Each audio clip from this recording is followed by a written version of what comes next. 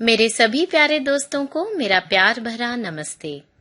आज फिर मैं हाजिर हूँ एक नई कहानी के साथ। बहुत ही कॉमन टॉपिक है लालच, जो हमारे अंदर सदैव ही विद्यमान रहता है। पर जैसा कि मैंने कहा कि कहानियां हमको बदलती हैं, सोचने पे मजबूर करती हैं। मुझे भी कहानी ने मजबूर किया है कि मैं सोचूं, समझूं और आगे बढ़ूं। तो आज ऐसी ही एक कहानी आपके साथ शेयर करना चाहूंगी। एक छोटे से गांव में किसान रहता था, सुखी, संतुष्ट। दिन भर खेतों में काम करके भी चेहरे पर थकान नहीं दिखती थी। हमेशा प्रसन्न चित्त। अमीर ना होते हुए भी अपनी आत्मा की अमीरी से दिल जीतने वाला वह किसान सुखद जीवन जी रहा था। पर अचानक न जाने ऐसा हुआ कि जैसे उसके जीवन में किसी की नजर लग गई। एक फकीर उसके घर रात मेहमान हुआ। फकीर ने उसे कहा, कितना पागल है तू, दिन भर खेतों में मिट्टी में सिर फोड़ता है। मैंने दुनिया घूमी है, जमीन पर हीरे जवाहरात की खदानें हैं। जितनी मेहनत तू खेत में करता है ना, उतनी मेहनत इन खदानों को पाने में लगा दे, अरबपति हो जाएगा देखना। कानों में फकीर की आवाज जैसे दिन रात गूंजने लगी। मन में लालच, अमीर बनने की चाह ने किसान की नींदें उड़ा दी। दिन रात बस एक ही ख्याल, हीरे जवाहरात खदानें। उसने एक दिन जमीन बेच दी, मकान बेच दिया और निकल पड़ा खदानों की खोज में। गांव गांव भटका, न खदानें मिली, न खदानों की कोई खबर।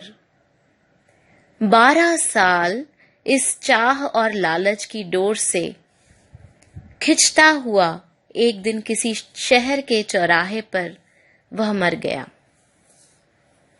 12 साल बाद वही फकीर उसी गांव में उसी किसान की तलाश करते हुए एक घर पहुंचा और नए घर के मालिक किसान से यह सब कहानी सुन रहा था। तभी उसने देखा कि नए किसान का बेटा, मतलब उस घर के मालिक का बेटा, पत्थर से खेलता हुआ बाहर निकला। फकीर ने बड़े गौर से पत्थर को देखा और फिर आश्चर्य से पूछा, बेटा तुम हीरे से खेल रहे हो? किसान बोला, अरे नहीं, ये हीरा नहीं है, पत्थर है। और ऐसे पत्थर तो मेरे खेत पर बहुत हैं, जो मैंने उसी आदमी से खरीदे थे जो हीरों की खोज में निकल गया था। अभी अभी मैंने आपको उसकी कहानी बताई ना, वही आदमी। फकीर उस खेत पर गया। किसान और उसका बेटा भी संग में थे। खेत में छोटा सा नाला, सफेद रेत और उस रेत में पड़े पत्थर जो हीरे थे, उन्होंने टुकड़े टुकड़े इकट्ठे कर लिए, जिनकी कीमत करोड़ों हो सकती थी। दोस्तों, कहानी बहुत छोटी है पर मायने बहुत बड़े।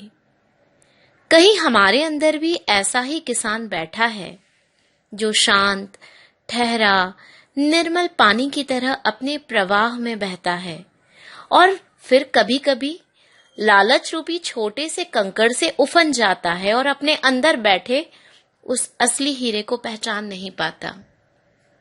असली हीरा हमारे पास ही है, जिसे हम पता नहीं कहां कहां कहां तलाशते हैं।